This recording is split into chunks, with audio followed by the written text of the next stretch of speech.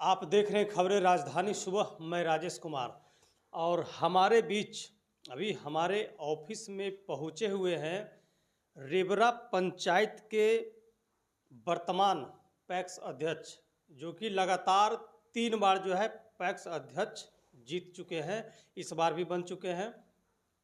तो सबसे पहले मैं इनसे जानने का प्रयास करता हूं, पैक्स अध्यक्ष जो लगातार तीसरी बार ये बने हैं, इनका कार्य क्षेत्र क्या है, कैसा कार्य है। सबसे पहले आपका स्वागत है जी। हमारे सभी दर्शकों को ओम नमस्ते प्रणाम वालेकुम सलाम। सबसे पहले आप अपना परिचय बताइए, किस क्षेत्र से, किस पंचायत से आप पैक्स अध्यक्ष हैं। लोग आपको देखना चाहते हैं, लगातार तीसरी बार जो है पैक्स अध्यक्ष आप बने हैं। जी, बहुत अच्छी बात है। एक्चुअली हमारा गांव एक रेवरा है जो क्रांतिकारी के नाम से भी जाना जाता है। वहाँ स्वामी सहजानंद जी का कर्मभूमि रहा है। अच्छा, जो रेवरा जगदीशपुर पंचायत के नाम से जाने जाते हैं। स्वामी सहजानंद सरस्वती जी का जो है कर्मभूमि कर्मभूमि रहा है। कर्मभूमि रहा है। जी जी जी। और ख़ास करके मतलब जमींदारों के खिलाफ आवाज़ उठाने में वहाँ उनका योगदान रहा और वहाँ रह करके कार्य किए हैं बहुत सारे लोगों के साथ रह कर। यानी स्वामी सहजानंद सरस्वती जो है आपके गांव में रहे। जी जी जी, बिल्कुल। वहाँ रह करके जो है क्षेत्र में जो है पूरा कार्य। जी जी, आज के डेट में वहाँ मतलब स्वामी सहजानंद जी का सरस्वती जी का मूर्ति का भी अनावरण हो चुका है, वहाँ है। लोग बहुत सारे नेता लोग आते हैं और उनकी जन्म दिवस और मृत्यु दिवस भी मनाते हैं समय समय पर आकर के।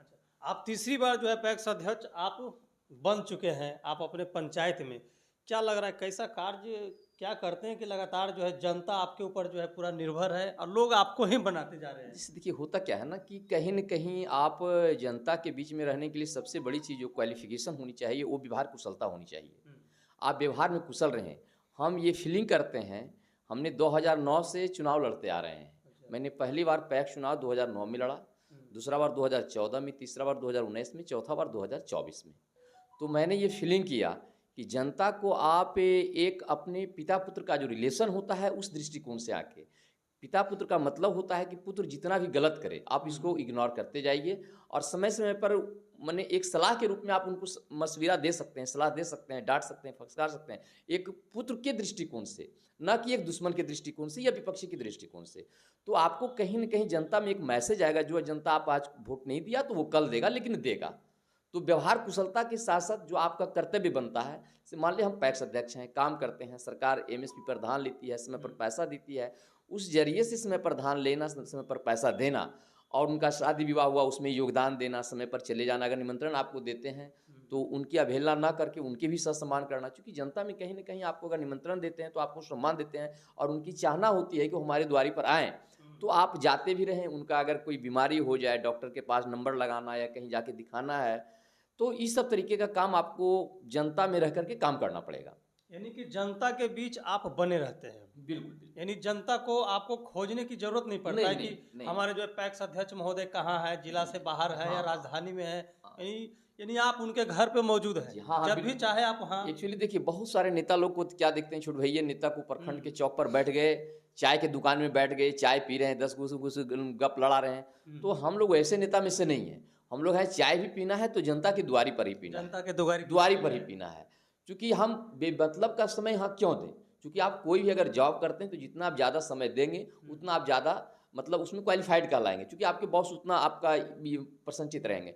तो हमारा तो बॉस हमारा जनता है, हमारा तो बॉस हमारा जनता है, तो हम उनके पास जितना ज़्यादा से ज़्यादा समय दें उतना उपयुक्त मेरे लिए रहेगा। अच्छा, एक चीज़ बताइए, आपके क्षेत्र में जैसे किसान के लिए जो आता है, बहुत सारे फंड आता होगा पैक्स के माध्यम से, तो धान वगैरह खरीदना, क्या वो समय से आप कर पाते हैं या कुछ उसमें भी त्रुटि रह? नहीं, बिल्कुल सब समय पर होता है। जो सरकार का जो चलता है वो सरकार के हिसाब से अपना कार्य को भली भांति जमीन पे उतारते हैं, उसमें कहीं कोई त्रुटि नहीं होती। यानी पूरा एकदम दिल ठोक एकदम जनता को समर्पित। बिल्कुल बिल्कुल बिल्कुल। आगे का क्या लक्ष्य है आपका? आप तो 3 बार आप जो है पैक्स बन चुके हैं, आगे का तो लक्ष्य होगा कि थोड़ा सा और जो है कुछ और जिला लेवल पे जाए। बिल्कुल बिल्कुल। जैसे देखिए, लक्ष्य का जब जहाँ तक बात रही थी, कोई भी आदमी अगर राजनीति में आते हैं तो उनकी एक बड़ी सोच भी रहती है और छोटी सोच भी रहती है, लेकिन हमारा तो लक्ष्य है थोड़ा सा राजनीति में बने रहना। और बने रहने का मतलब है शौक नहीं, जनता में बन करके रह करके उनका काम करना, जनता को लाभान्वित पहुंचाना। सरकार का जो भी कार्य है, जो भी क्रियाकलाप है उसको जन जन तक पहुंचाना, तो अपने आप में एक शौक भी मेरा है।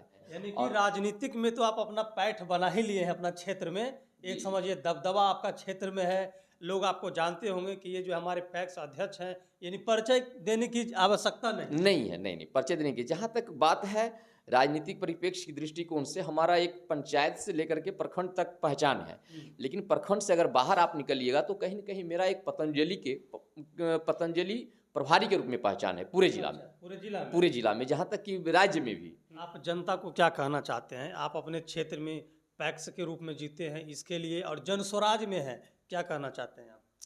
देखिए, जनता को मैं पहले अपने क्षेत्र की बात जहाँ तक आती है तो मैं उनको 1 मिनट के लिए सबसे पहले मैं उनको धन्यवाद ज्ञापन देता हूँ कि इतने बहुमत से हमें वो जिताए, इसके लिए मैं उनका आभार प्रकट करता हूँ। आभार प्रकट करते हुए मैं उनका प्रणाम करता हूँ, नमन करता हूँ, और मैं ये कहता हूँ कि देखिए, आप मुझे सहयोग किए हैं, मैं आपके सहयोग, आपकी आकांक्षाओं पर मैं खरा उतरूँगा।